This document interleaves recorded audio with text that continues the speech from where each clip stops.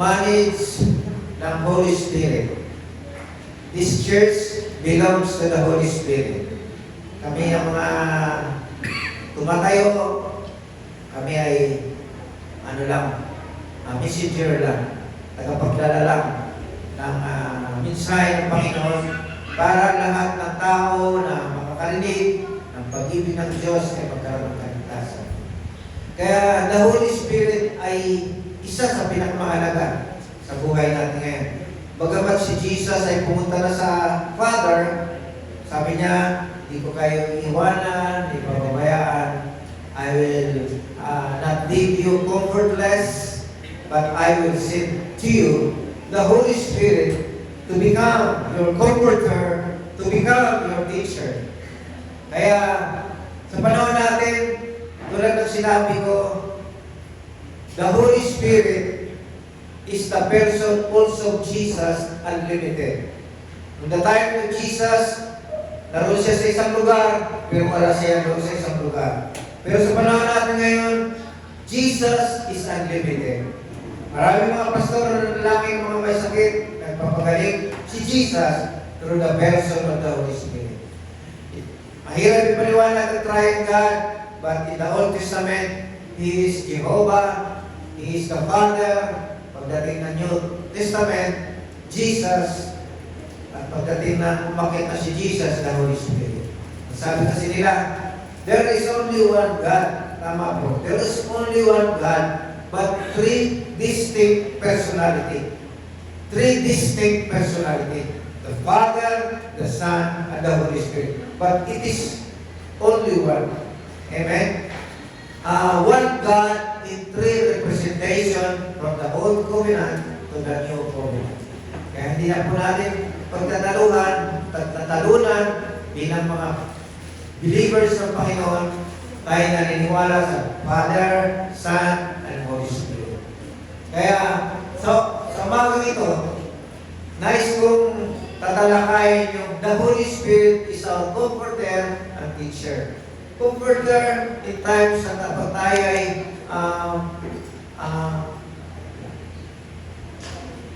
tayo nalulungkot, namatayan. Ako nakapag-libing tayo sa ating kapatiran na namatayan.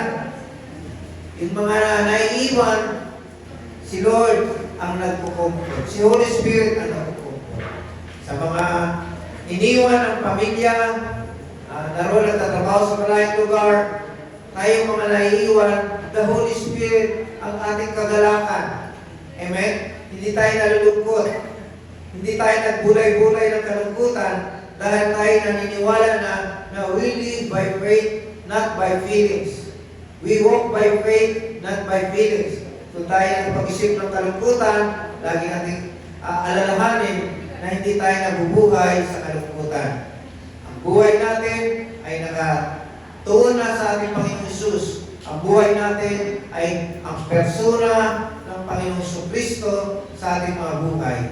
Kaya lagi tayong nagagalak dahil bagamat hindi natin nakikita ang Holy Spirit, kasama-sama niya, siya natin, at hindi niya tayo iiwanan, hindi niya tayo pababayaan. Sabihin mo, hindi ako nag-isa. Hindi ako nag-isa. Amen. Sa mga viewers natin, kung kayo nanonood, Diyos ang nakakita sa inyong pagnonood at pakikinig. Hindi ito relihiyon, ito isang relasyon kay Jesus. Pag tinanggap niyo si Jesus, magkakaroon kayo ng buhay na walang hanggan. Ganun lang kasimple ang kaligtasan. Wala siyang sinasabi, gawin mo ito para maligtas. Sabi niya, manampalataya ka lang kay Kristo bilang Panginoon at ikaw ay maligtas. Kaya napakabuti ng Panginoon sa kanyang pag-ibig. Hindi niya tayo pinahirapan dahil ang kaligtasan natin, siyang may likha, siyang may gawa. Wala kang dapat gawin para ikaw ay maligtas. Pero sabi na niya, manampalataya ka lang sa luligtas sa iyo. Manampalataya, naniniwala, ang buhay natin ay pag-aari ng Panginoon. Pastor, paano kung ako ay may nagawa? Wala kang dapat gawin upang mawala ang Panginoong Jesucristo ay ang Holy Spirit sa iyo. Ano man ang pagkakamali mong nagawa, lahat naman tayo nagkakamali. Habang nandito kayo sa alaman, nagkakamali. Pero wala tayong pagkakamali na iiwanan tayo ng Holy Spirit. Amen? I will never leave you nor forsake you. Walang kahirapan, walang kamatayan, walang demonyo ang makapaghiwalay sa atin sa pag-ibig ng Panginoon. No one can separate us from the love of God which is in Christ Jesus. Sa ating mga viewers doon sa Burma, Pastor Chen, welcome you, pastors. Pupunta tayo doon sa lugar nila. Ang mga nanonood natin sa lugar ng Korea, may nanonood tayo sa Amerika, hindi po namin kayo kilala, pero alam namin na kayo nanonood. Hi! Hi! Hello! Kaya the Holy Spirit is our comforter and teacher. Ang sabi dyan, but the Helper, the Holy Spirit, whom the Father will send to my name. Amen? Umakyat si Jesus, ang Diyos Ama, nagpapadala ng Holy Spirit to become our helper. Amen? Kung tayo nahihirapan sa buhay, our helper is the Holy Spirit. Kaya pwede natin sabihin, Holy Spirit, palaguin mo po ang aking negosyo. Palaguin mo po ang aming simbahan. Magdala ka ng maraming kaluluwa. Amen? Pagalingin mo ang mga may sakit. Kaya ang Holy Spirit, pwede natin siyang utusan. Amen? Bagamat sabi ng marami, ang Diyos daw ay ating utusan. Totoo ba yan? Papayag ba ang Diyos na sasabihin natin ang utusan natin ng Diyos? Sa totoo lang, ang Diyos talaga ay siyang utusan. Amen? Siya'y katulong. Yun po yung humility ni Jesus nung siya'y nabubuhay sa lupa. Na siya'y pumunta rito sa lupa upang tayo paglingkuran. He came here on earth to serve us. Amen? To help us. Amen? Wala na si Jesus. Naroon na yung Jesus at langit, yung Holy Spirit, siya na ang helper natin. Siya ay tumutulong sa atin. Amen po ba? Kaya minsan ang termino ng mundo, kapag katulong ka, ang baba ng tingin.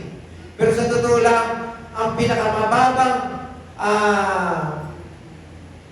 trabaho sa mundo ito ay pagiging alipin.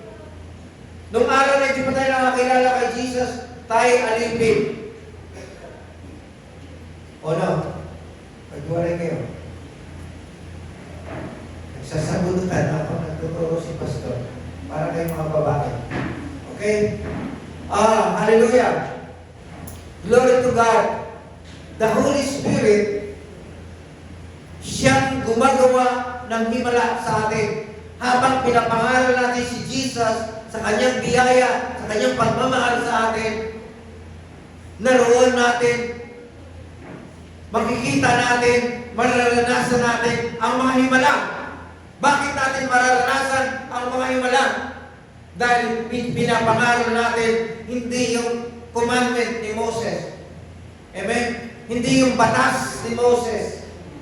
Ay pinapangaral natin si Jesus na namatay para sa atin. Panampalatayanan natin siya. Tayo ngayon ay nabubuhay na hindi sa mga batas at utos. Tayo nabubuhay na sa pamamagitan ng pananampalataya, pagsunod kay Jesus, obedience to Jesus' word, obedience to Jesus by faith. Lahat by faith. Kaya ang mensahe natin lagi si Jesus.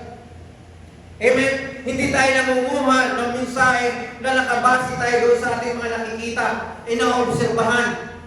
Walang pakialam ang mga mangaral. Walang pakialam ang Diyos sa pinapangaral natin patungkol sa inyong mga gawa.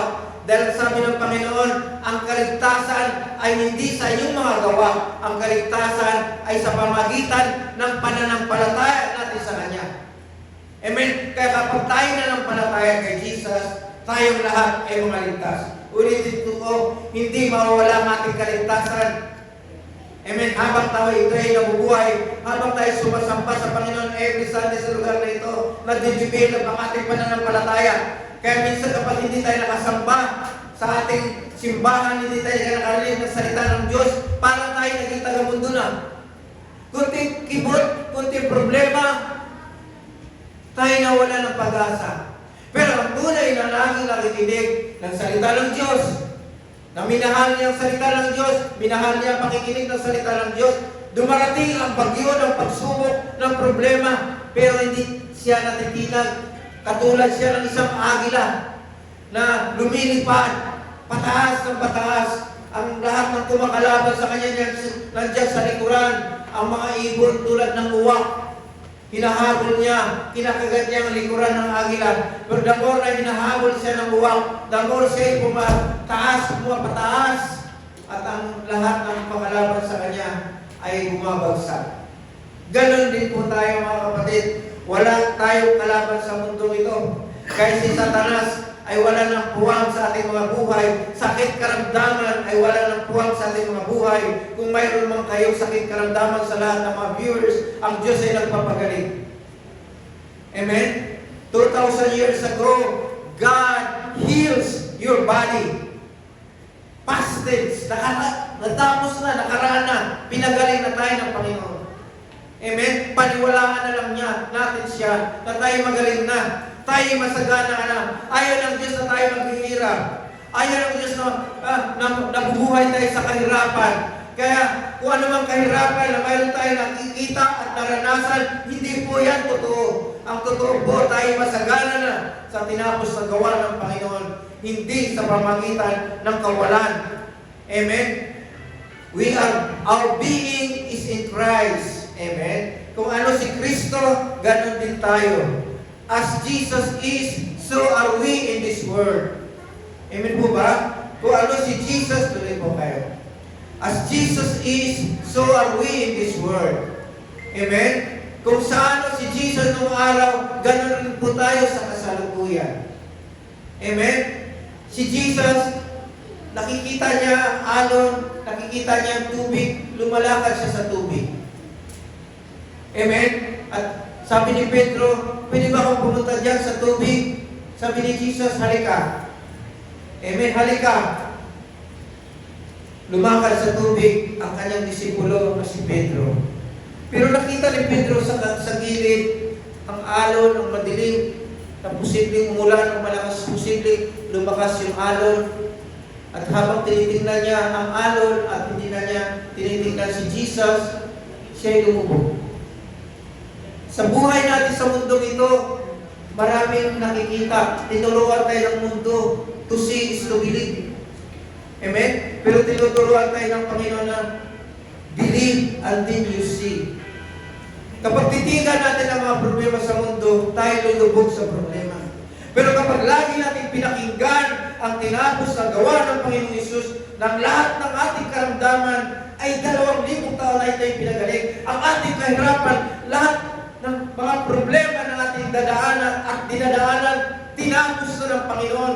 Ang gusto ng Panginoon, paniwalaan natin ang kanyang salita. Ang sinasabi niya, titil is high. Amen? It is finished. Amen? The war has done. Ang labanan sa mundong ito ay tapos na. Amen? Ang sinasabi ng Panginoon, ipangaral niyo ang kaligtasan. Sabihin niyo sa mga tao na mga tao ay pinatawad na sa kanilang mga kasalanan. Ipangaral niyo sa mga tao na sila ay pinagaling. Ipangaral natin sa mga tao na hindi ka mahirap, hindi kayo mahirap. Kilalanin mo ang Panginoong Diyos, magbabago ang iyong pamilya, magbabago ang iyong pamumuhay. Amen? Napakarami sa atin dumaan sa kahirapan, ngunit kung makilala natin si Jesus, ang kahirapan ay naroon na sa ating mga apakan. Sa ating mga, naroon na sa ilalim ng ating mga paa. Amen? Bakit? Siya ay naging mahirap. Amen? Siya ay Diyos na mayaman, naging mahirap upang sa kanyang kahirapan, tayong mga mahihirap, kapag sumampalataya sa Kanya, magkaroon tayo ng kasaganaan. Amen? Maraming nakikita, maraming balita na narinig, pero mas paniwalaan natin ang salita ng Panginoong Hesus na lagi natin napakinggan sa simbahan na ito dahil higit na totoo ang kanyang mga salita sa Biblia kaysa mga narinig nating balita sa mundo. Kaya lagi niyang sinasabi sa atin, huwag tayong matakot, huwag tayong mag-alala sa buhay na ito dahil mayroong Diyos na nagmahal sa atin. At ibinigay niya ang kanyang buhay. Siya ay namatay para sa atin. Balot tayo, kamahal ng Panginoon.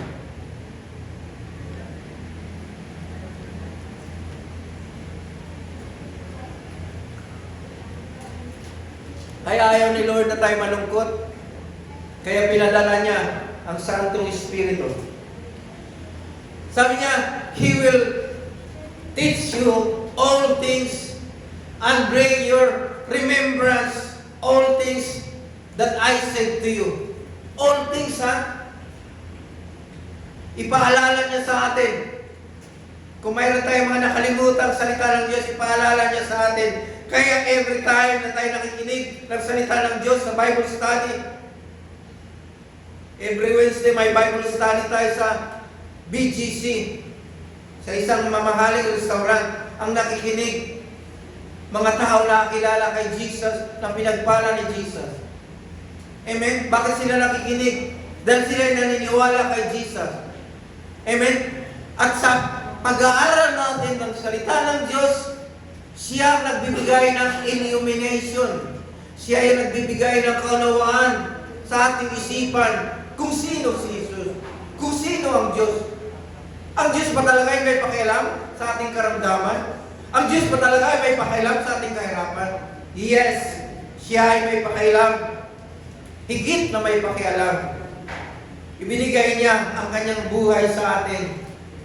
Kailangan lang natin maniwala na ang Diyos na yan ang likha ng langit at lupa, kaya magpadala ng maraming tao sa lugar na ito. Kaya magpadala ng mayayamang tao sa lugar na ito upang suportahan ang mission, ang vision ng church na ito. At yun ay nangyayari mula na tayo magsimula. May mga taong nakatira sa malalayong lugar na alam ang gawain natin at sila ay tumutulong sa gawain na ito upang may pangalan natin ang kaharian ng Diyos. Amen? Pinangaral natin ang kaharian ng Diyos. Kaya tayo naroon na sa loob ng kaharian ng Diyos. We are inside the kingdom and our King is Jesus, and the King's rule and duty is for us to bless us inside the kingdom of God. Kaya sabi niya sa mga unbeliever, sa mga tao hindi naniniwala, seek ye first the kingdom of God, and all these things shall be added unto you. Kaya ang mga tao hindi nila alam ang verse na yan, Matthew 6:33. Inuuna nila ang buhay. Marami tayo mga kapatiran dito. Wala dito kasi sila'y naglalaba. Hindi naman masamang maglaba. Sila'y wala dito dahil sa kahirapan, ang pamasahe, pagkain, inuuna nila hanapin. Pero sabi ng Panginoon, seek ye first the kingdom of God. Amen? Kaya tayo bilang mga ngaral, hindi tayo napapagod. Sabi ko nga, every Sunday, ang lugar na ito binabayaran natin. Ang music ministry, walang tagod, walang kapaguran na magpakanta upang sambahin ang Diyos. Isa man ang nandyan o dalawa, sasamba tayo sa Diyos. Amen? Hindi tayo natitinag, hindi tayo namihina, kung tayo ilan lang na sumasamba sa Diyos. Bakit ang sabi ng Diyos, isa o dalawa na nagkakatipon sa kanyang pangalan, siya ay narito sa ating kalimitan. At higit tayo sa dalawa. Amen po ba? Kaya yung word na He will teach you in all things and bring your remembrance all things that I said to you. The Holy Spirit, ulitin ko, siya yung guro. Siya magtuturo sa atin kung paano tayo mamuhay ng maayos. Amen? Siya magtuturo sa atin kung paano tayo pumayat, kung tayo mataba na, kung tayo high blood. Tinuturuan tayo ng Holy Spirit, anak, kumain ka lang ng konti sa ating consciousness. Anak, matulog ka ng umaga dahil may samba bukas. Ihanda mo na yung damit mo. Amen? Pero may mga tao rin naman na hindi nakakatulog. Kung hindi kayo nakakatulog sa gabi, tawagin niyo ang Holy Spirit. Holy Spirit, patulugin mo. Tulungan mo kung makatulog. Amen po ba? Kung kayo walang pera, Holy Spirit, pagpalain mo si Mama, lalo na kayong mga nag-aaral, na minsan kapuringgit lang talaga ang baon niyo. Amen? Kukunti lang ang baon niyo, kailangan niyong manalangin. Tayo, kami mga pastor, ang daming mga Bible study hinahawakan, nananalangin din kami. Wala kaming sahod, pero ang Holy Spirit, siya nagpapadala ng napakaraming pera na gastusin sa simbahan at sa ating mga tahanan. Dahil mayaman ang ating Diyos. Amen po ba? Kaya niyo bang paniwalaan na mayaman ang Diyos natin? Siya lumikha ng langit at lupa. Sa totoo lang, ang Middle East countries naroon ng kayamanan ng mga langis. Amen? Mas totoo ang Diyos natin si Jesus kaysa Diyos ng naroon sa Middle East. Ang mga Muslim countries, ang kanilang Diyos ay si Allah. But sorry to tell you, Allah is not the true God. Jesus, God, Jehovah is the true God. The true Messiah is Jesus Christ. Amen? Ang tunay na propeta ay hindi si Muhammad, bagkus si Jesus. Maaaring magalit ng mga Muslim. Pero yan ang ating pinaniwalaan. Yan ang totoo. Kaya sa Muslim countries ngayon, naroon na mismo. Kasi pag nangangaral ka sa Middle East countries, sa Iran, sa Iraq, papatayin ka. Kaya ang nangangaral ngayon doon ay walang iba kundi si Jesus na mismo. Nagpapakita siya sa pananaginip. Yung mga amam, yung mga patataas na ranggo sa Muslim religion, sila ay naka-encounter kay Jesus. At sa kanilang encounter kay Jesus, hindi na sila natakot patayin. Dahil alam nila na ang lumikha ang siyang makapangyarihan sa lahat. Hindi na sila natatakot sa kapwa nila Muslim. Pinaglalaban nila ang kanilang pananampalataya na totoo. Amen, ulitin ko ha. Kahit lumuhod tayo, manalangin ng 5-7 times a day sa isang lugar, higit ang ating panalangin. Kahit ngayon tayo manalangin, didinggin tayo ng Diyos. Hindi kailangan magbilang tayo ng 7 times sa panalangin para tayo dinggin ng Diyos. Amen po ba? Ulitin ko, what is the reason why God will answer our prayers? Ang sabi ng Jeremiah 33. In the Old Testament, their prayers are not answered. Their prayers are not answered.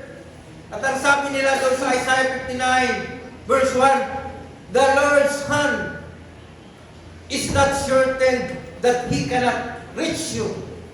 The Lord's eyes are not blind that He cannot see you praying. The Lord's ears are not deep that He cannot hear you. But your iniquities, your sins are the hindrance in the Old Testament ito, are the hindrance. That the reason why God will not answer our prayers in the Old Covenant because of our sins that we have done and the sins that we have inherited from Adam and Eve. But in the New Covenant, Jesus took all our sins. Amen? He took all our curse on the cross. Kinuha niya, nagkaroon ng divine exchange. Kinuha niya ang ating mga kasalanan, dinala sa cross. At pinalitan ng katuwiran. Kaya every time na kayong mga nanood, mayroong karamdaman, may problema, at tinanggap niyo si Jesus bilang Panginoon, didinggin ng Diyos ang inyong mga panalangin. Pinagaling na kayo ng Panginoon. Tutulungan kayo ng Panginoon. Dahil wala nang hadlang ang ating mga kasalanan. Dahil tayo pinatawad na ng ating mga kasalanan. Kung tayo tumanggap sa ating Panginoong Hesus, lahat ng ating mga kasalanan ay Kanya nang binura. Nilinis na tayo ng Kanyang banal na dugo. Kaya in the eyes of God, there is no sin in you. Na kahit minsan kayo nakapagsinungaling. Kasi hindi na nabibilang ang inyong mga kasalanan. Hindi na ibinibilang laban sa inyo ang inyong mga kasalanan. Roma 4, verse 7 and 8. Amen? Pero hindi yan ibig sabihin na tayo magpapatuloy sa kasalanan. Amen? Ang kasalanan ng taong nagpapatuloy sa kasalanan, mayroon pong konsekwensya. Amen? Mayroon niyang hadlang sa ating mga buhay. Mayroon niyang balakid. Pero habang tayo nakikinig, nanampalataya, every Sunday, nililinis kayo ng Diyos, ng Kanyang salita. Tayo nagkakaroon ng repentance habang tayo nakikinig ng mensahe, ng salita ng Diyos, every Sunday.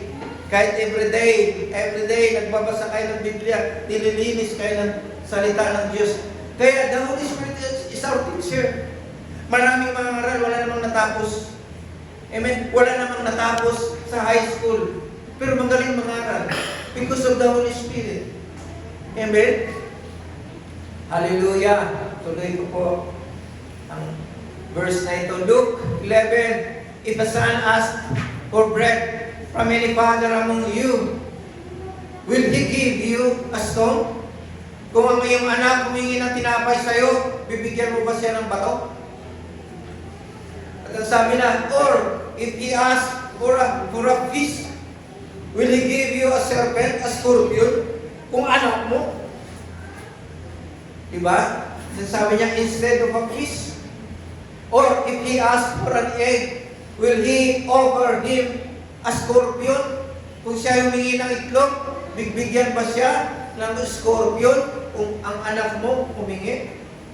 No, amen. At ang sabi niya, if you then, being evil, know how to give good gifts to your children, how much more will your Heavenly Father give the Holy Spirit to those who ask Him?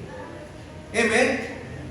Kapag ang Holy Spirit ay lagi natin lumalapit sa Kanya, humihingi tayo ng mga bagay, yun po ay ginagawa ng Holy Spirit.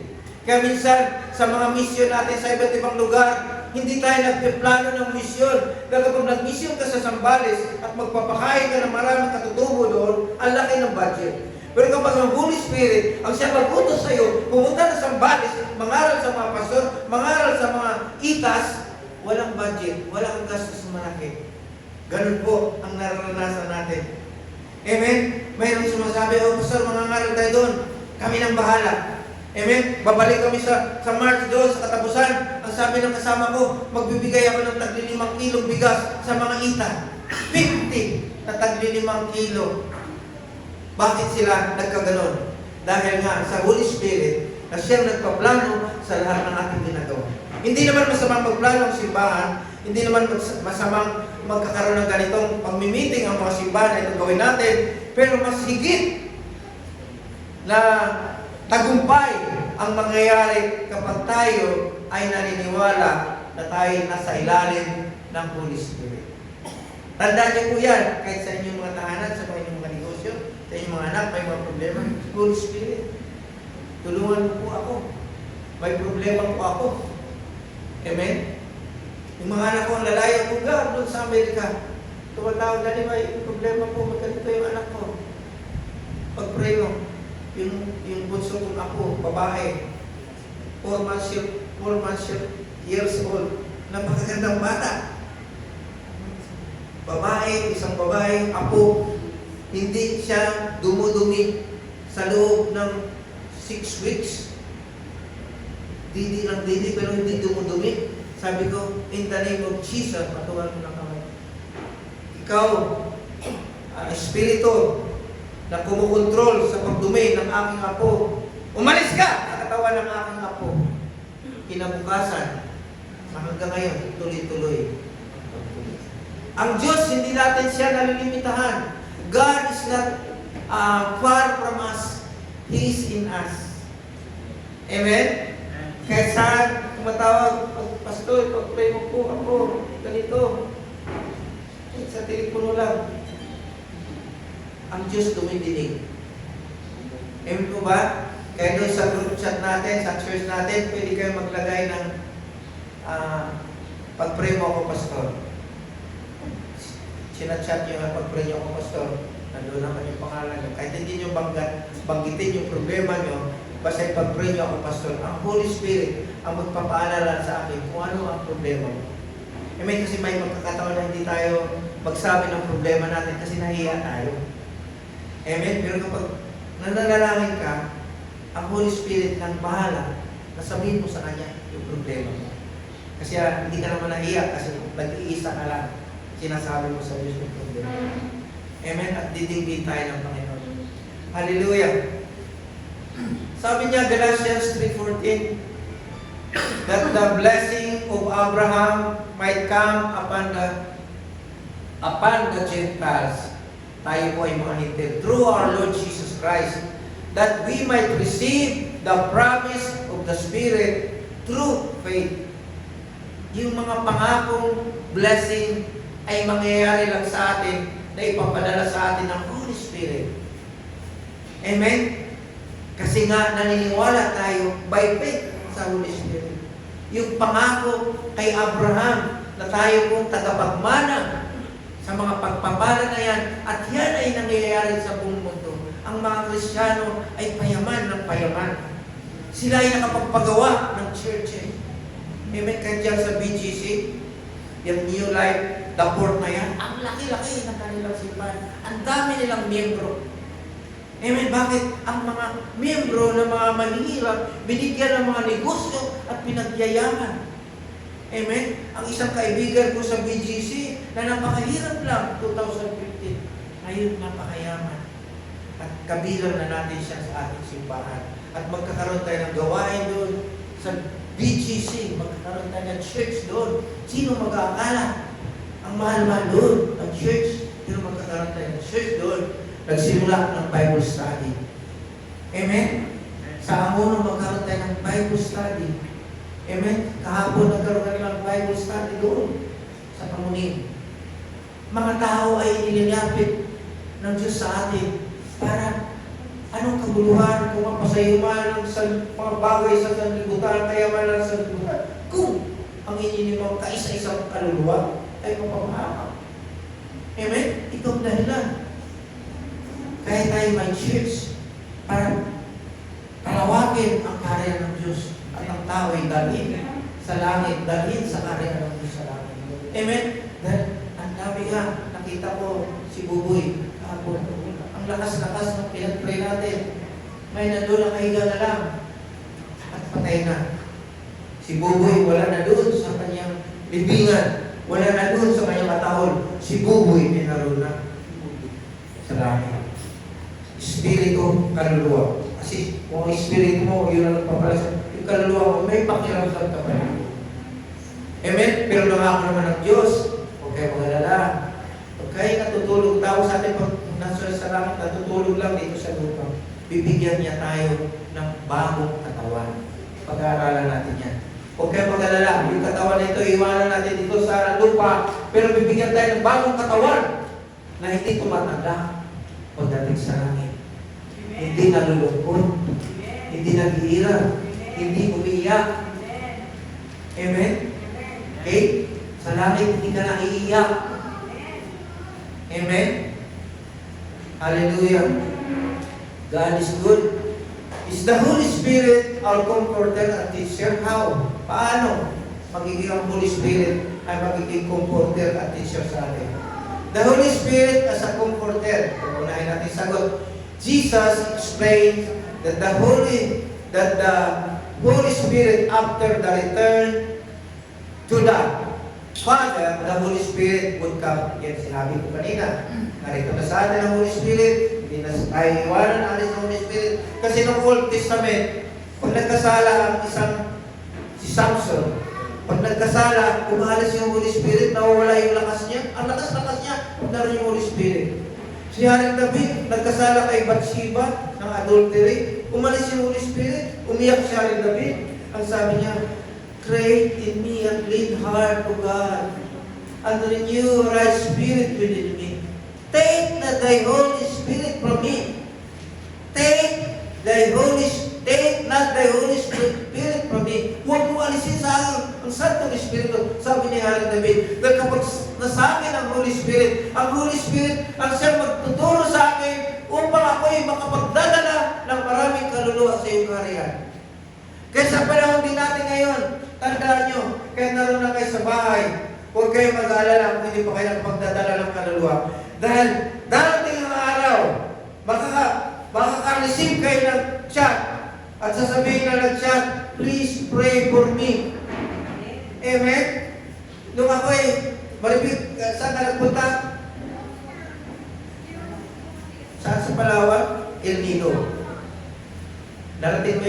napakagandang El Nido, di ba? Narating ko rin ang napakagandang El Nido. Doon sa El Nido, habang ko'y naglalakad, may lumalapit sa akin. At ang sabi niya, "May I know you?" Sabi ko, "I'm a pastor." "From where?" Hindi ko lang, foreigner. Sabi ko, "Bakit kaya pinadala sa akin?" Sabi ko naman, "Can I pray for you?" "Why?" Sabi niya, "I'm very strong. I'm like money. Why do you pray for me?" Sabi ko, "I want to pray for you because God loves you." "How can God loves me?" When you receive Jesus as Lord and Savior, God will embrace you. It is not important your money. Because our riches, when God will take us to heaven, all the riches that we have, at maiiwan. Sabi ko, maiiwan sa iyong bahay, maiiwan sa iyong bangko. Pero napakahalaga na you need to receive Jesus. Bible study kami ng Merkules, doon, sa pamahaling restaurant sa BGC. Kahit napakaiba Bible study. Ang pinag-aralan namin, Genesis to Revelation. Lalo pa kami sa Genesis chapter 15, napakahaba pa ng pag-aaral. Ang sabi nagsiserve, serve. Ang nagsiserve pala isang manager. Sabi ko, "Pwede ko ba kayo ipag-pray? Can I pray for you?" Nawakan ko sila sa kamay, pinag-pray ko, "Just follow this prayer." At habang sila'y tumatanggap kay Jesus, sila'y natutuwa, nagagalak. At ang sabi ng manager, "Alam mo, Pastor, I'm also a believer." Kami nagpipray sa lugar na ito na magpadala ang Diyos ng maraming kakain dito kasi lahat ng mga tindahan dito nalulugi dahil kukunti na lang ang kanilang negosyo na apektuhan. Pero kami, Pastor, kayo ay answered prayer kasi tuwing kumakain kayo, malaki ang binabayaran. Nagpakilala yung manager na siya ay isang believer. Tingnan niyo po, nagtatrabaho sa isang lugar, pero narinig namin ang kanyang patutuo na siya ay isang believer. Kahit naroon tayo sa bahay, hindi mo naman kailangan iwanan yung bahay mo at pupunta ka, kasama ka ng pastor. Sila Pastor Dilmar, sila Ma'am Beng, mayroong special po niyan, special. Na anytime na ako'y tatawagin, utusan ni Lord kung saan pupunta, ako'y laging available. Kasi wala naman akong trabaho. Ang trabaho ko lang, mag-share, magdala ng kaluluwa kay Jesus. Amen po ba? Pero paano na lang yung mga may trabaho? Brother James, kapag kayo magtrabaho, siyempre hindi mo muna. Pero ang Diyos magpapadala doon sa iyong trabaho na tao na natutuwa sa iyo. Ganun po ang nangyari sa pinakamayamang tao sa Saudi Arabia. Kung nabasa niyo yun, billionaire ni Saudi Arabia. Nakita niya isang Pilipino gusgusin, nagdala ng Biblia sa kanyang pagawa siya ng building. Ang Pilipino nagbabasa ng Biblia, gusgusin. Pero ang billionaire Muslim, nadaanan niya, "Sino ito nagbabasa ng Biblia?" Natakot po yung Pilipino. Pero kinausap niya, bakit nagniningning ang mukha ng Pilipino? Kasi sa pamagitan na nakita ng billionaire, yung Pilipino, nilapitan niya, "What is your secret?" Na ngayong mukha ay nagniningning. Sabi ng Pilipino, "Ako'y galing sa Leyte doon. At ang aking asawa ay unang nakilala sa Diyos. Ako'y manginginom, ako'y sugarol. Pero nung nadala ako sa church, nagbagong buhay ko. Kaya hanggang dito, nagbabasa ko ng Biblia." Sa madaling salita, yung billionaire ng Saudi Arabia na born again. Tinanggap niya si Jesus. Na makikita niyo po yun sa YouTube. Isang napakayamang tao. Sa pamagitan ng isang tao. Amen? Kaya hindi naman kailangan ng maraming tao. Minsan may pagkakataon na maraming tao akong sinisiran, pero mas masarap din siran ang isang tao. Amen? Because of the Holy Spirit. Amen ba? Because of the Holy Spirit. Glory to the Holy Spirit. Glory to God. Glory to the Holy Spirit. Amen? Kung kayo man ay umudlat sa magana sa inyong buhay, pagdating ng panahon, glory to the Holy Spirit. Hindi kayo sumagana umunlad sa inyong buhay dahil kay pastor. Sumagana umunlad ang inyong buhay, gumaling ang inyong mga sakit karamdaman dahil sa Holy Spirit. Kasi nga, ang tao, wala tayong dapat ipagmalaki, kundi ang Diyos God. Amen? Palakpakan natin ang Panginoon. Hallelujah! The Holy Spirit will remind us that God is with us, not leaving us alone. Hindi siya nawala sa atin. The Holy Spirit, as a teacher, sabi niya, teachers truth about God. Help us understand about the Scripture. Kaya huwag kayo mag-alala. Sa pagbabasa niyo ng Biblia, Old Testament, lagi nag-uutos, gawin mo yan, gawin mo yan, gawin mo yan. Pagdating sa New Covenant, binasa mo yung Covenant, laging tapos na, tapos na, tapos na. Sa pagbabasa ng Bible, lagi natin tingnan yan, tapos na. Ginawa na. At yun ang paniwalaan natin. Kasi sa Old Covenant, sabi niya, if my people, which are called by my name, shall humble themselves, and pray, and seek my face, and turn from their wicked ways. Wicked ang tawag niya sa mga hindi mananampalataya. Then I am the God from heaven, I will forgive their sins, and I will heal their land. Conditional. Lagi sa Old Covenant, lagi conditional. Pero pagdating sa natin sa New Covenant, wala nang kondisyon. Only believe na lang. Amen? Guides our decisions. And, ano sabi niya? Conscience. Amen? Sabi ko nga doon sa Bible study, sa BGC, sabi ko, there are times na nagagalit tayo, pero masakit ang salita natin, sinasabi natin sa asawa natin, hindi natin alam yung asawa pala natin, ay nasaktan. Pero pagkatapos noon, naroon na kayo sa gabi, na naalala ko na nakapagsalita pala ako ng masakit sa asawa ko. At ang Holy Spirit nagsasabi, yakapin mo yung asawa mo at humingi na ng sorry. Hindi ba? Mga bata, kung kayo nagkamali kay mama, humingi kayo sorry. Okay? Amen? Huwag natin kontrahin lagi ang nanay, tatay natin. Amen? Walang tatay na nabuhay para parusahan ang kanyang anak. Walang tatay na nabubuhay na galitin niya ang kanyang anak. Amen? Ang tatay ay mapagmahal. Dahil ang salita mapagmahal, galing niya sa karakter ni Jesus ng Diyos Ama na sa langit. Ang mga nanay ganun din. Amen? Amen? Ang mga nanay ay mapagmahal. Amen po ba? Now, this is works. This works is in every life. A sense of peace during prayer. Kung nananalangin ka, may kapayapaan ka. In the Holy Spirit. Understanding Scripture deeply. Yung malalim na salita ng Diyos, naunawaan mo. Because of the Holy Spirit.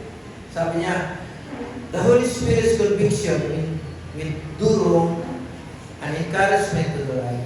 Sabi niya, lagi sinasabi niya, yung pagsisisi sa mind natin, huwag mo lang gawin ulit yun. Amen? Ang Holy Spirit ang sinasabi na, huwag mo lang gawin ulit yun. Huwag ka lang magsinungaling, lalo sa gawain ng Panginoon. Amen? Pero minsan kung tayo nagkamali, nakapagsinungaling, tinatawag naman tayo, pero huwag nga natin haluan ang paglilingkod ng Diyos ng pagsisinungaling. Let your yes be yes, and let your no be no. Tandaan niyo po yan, paalala lang. Amen? Kaya ako, nag-iingat ako sa mga tao kausap ko. Hindi ko pwedeng haluan ang pagsisinungaling na minsan sa ating social media, ang daming tao nagsisinungaling na minsan tama yung sinasabi mo, pero pilit nilang baliktarin ang iyong katuwiran. Wisdom in difficult choice. Strength during suffering. Ano yung strength during suffering? Sabi niya dyan, Jesus Christ said to the Holy Spirit, God's presence, living with believers, comforting their hearts and teaching them the truth. Kinukomport niya ang ating puso. Amen? Kaya kapag kayo nananalangin ng problema, humingi kayo ng tulong sa Diyos, pagkatapos ng manalangin, huwag mo nang bulay-bulayin kung paano mangyari yung problema. solusyon ang hiningi. Hintayin mo na lang. Ulitin ko kahit lumalapit sa Diyos, at sinabi mo yung mga problema mo, huwag mo nang isipin. Alalahanin kung paano mangyari yung hinihiling mo. Amen po ba? Malinaw po yan, O James, larga. Tayo po yung mawit, tumayo po tayo lahat. Si Jenny. Kate, halika. Saan yung ating kanta rito? Pinagawa ko kay Jenny kanina. Sambahin natin ang Panginoon sa awitin na ito. Hallelujah. Sa mga viewers natin, kung kayo po ay mayroong pangailangan sa Diyos, I declare that God is leading you right now. God is answering your prayers. You are my idol.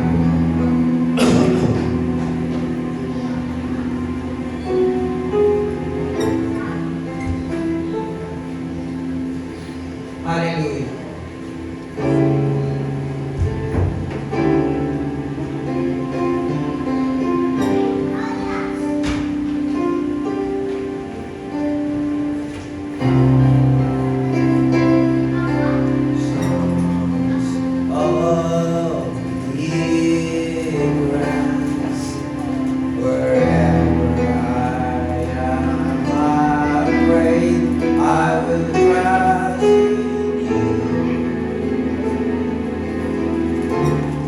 I will trust in you. Let the weak say I am strong in the strength of my Lord. I will trust in you. I will trust in you. I will trust in you. Let the weak say I am strong in the strength of my Lord. You are my hiding place. You are my hiding place. You always fill my heart with songs of deliverance. Wherever I am afraid, I will trust in you.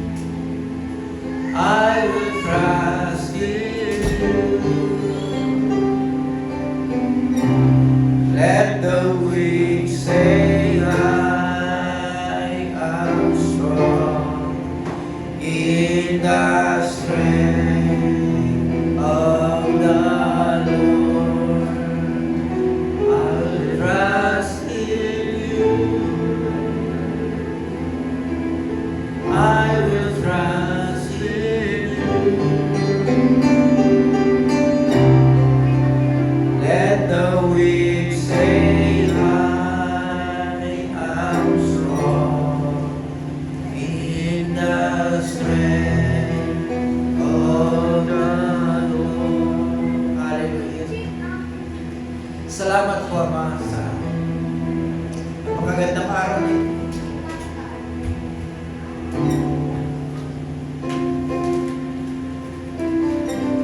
Na kung saan kami, Panginoon,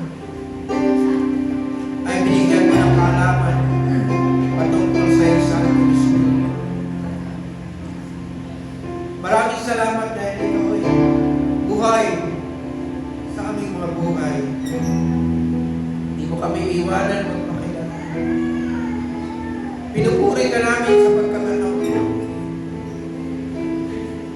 Dahil minahal mo kami, dakila ang iyong pagmamahal. At ang pagmamahal mo ay hindi nagbabago sa amin. Kaya pinupuri ka namin. Nagpapasalamat kami, Panginoon. Dahil dakila ka. Kaya Lord, sa lahat, Panginoon, na naabot ng mensahe ito, dinadalangin ko po silang lahat. Yakapin mo ang bawat isa. Kung sila man ay mga may sakit, pinagaling mo na sila, Panginoon. Kung sila may nanghihina, pinalalakas mo na sila, Panginoon. Kaya I rebuke sickness and disease, problems. Get out in the bodies of God's people. Wherever you are, in the name of Jesus, I stand the word of God forever. Your word is settled in heaven forever. Your word is true to God. Kaya Lord, maraming salamat, Panginoon. Dahil di ka nalimitahan ng distansya at oras at panahon. Naaabot mo, Panginoon, ang napakaraming tao, Panginoon. Ito'y kanilang maririnig, Panginoon. At magkaroon sila ng paniniwala sa iyo, Panginoon, na ikaw lamang ang daan, katotohanan at ang buhay. Walang makaparoon sa iyong kalagayan, kundi sa iyo. Kaya salamat po, Panginoon. Patuloy mong pagpalain ang lahat na narito, Lord. Patuloy mong pagpalain ang lahat ng mula sa lugar na ito. Patuloy mong pagpalain ang lahat ng naaabot ng mensahe ito. Dahil ikaw lang ang pag-asa ng mundo ito, Panginoon. Ikaw lamang ang aming inasahan, Panginoon. Sinabi mo, Panginoon, na mapalad kami na naniniwala sa iyo, bagamat hindi ka namin nakikita. Bagamat kami nakaramdam na iyong presensya, Panginoon. Salamat sa iyong presensya. Kaya I declare miracles upon this church. Move this church in a greater way, in a mighty way. With signs, wonders, and miracles that follow upon the preaching of your word. Thank you, Lord, sa lahat, Panginoon, na naaabot, mga gawain na aming maaabot, Lord. You are with us, and you will never leave us or forsake us. Makikita ng aming mga mata. Mararanasan namin ang iyong kabutihan, ang iyong kadakilaan. Makikita namin ang mga may sakit ay gagaling, Panginoon. Ang mga mahirap, makikita namin sila'y mga ranas ng kasalanan. Kaya salamat po, Panginoon. Patuloy kami naniniwala sa iyo at magtitiwala sa iyo habang kami nabubuhay. Saan mo man kami dadalhin, Panginoon, kami ay susunod sa iyo. Sa tulong na isang Espiritu. Kaya Lord, continue to bless this place, everyone, bata, matanda na narito. Huwag mong hayaan na hindi na maranasan ang mga pagpapalang na pinangako sa amin.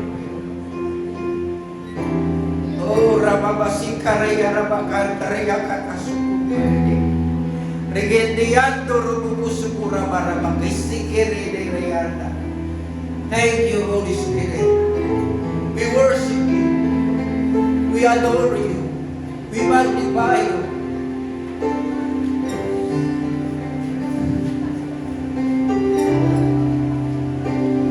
Thank you for loving us, God.